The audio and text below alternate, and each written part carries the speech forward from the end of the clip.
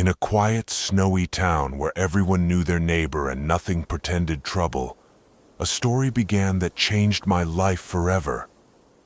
My name is Michael.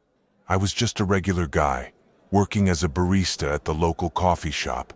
I loved my job, socializing with regular customers and the quiet atmosphere of my small town. One day, coming home after a late shift, I noticed that there were far fewer people walking the streets than usual.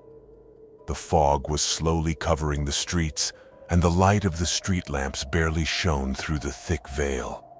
I felt kind of strange, but I decided it was just the effects of fatigue after a long day of work. As I turned onto my street, my attention was drawn to a strange figure standing outside my house. The figure stood motionless, clad in a long worn coat. At that moment, a dog barked behind me.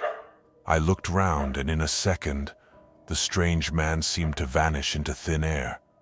With a worried sigh, I entered the house and locked the door behind me. As I made my way up to the first floor, to my room, I was overcome with a sense of unease.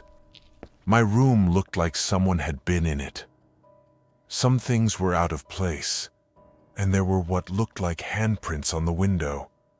Nervous, I started checking all the corners of my house, but found no one. After checking all the locks on the doors again, I decided that my imagination was running wild. I tried to calm down and went to bed, hoping to forget this strange evening. In the dead of night, I awoke to a rustling sound in my room. My heart stopped when I saw the same figure standing by my bed with something that resembled a knife in its hands. The figure slowly leaned over, and I saw its face. It was scarred, mutilated, and the insane eyes that thirsted for blood. The maniac lunged at me, but even though I was caught off guard, I managed to instinctively defend myself by pushing the attacker away. A struggle ensued in the room. I tried to scream, but the sound seemed to be completely absorbed by the walls of the house. The maniac felt no pain. His movements were quick and precise, as if he had rehearsed this moment many times. In desperation, fending off the attacks, I grabbed an antique lamp from the nightstand and hit the assailant on the head. The figure staggered, giving me a few precious seconds. I ran out of the room and dashed for the main exit.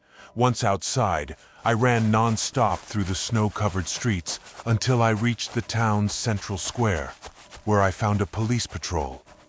Exhausted, bruised, and battered, I told the officer what had happened.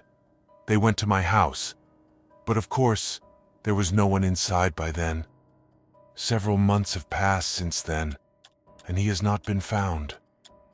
I moved to another city, but it didn't help. Every night I have nightmares where he finds me and finishes what he started. It's hard to say how this will end. I feel like he's watching me. I hope that's not the case and that I'll be all right.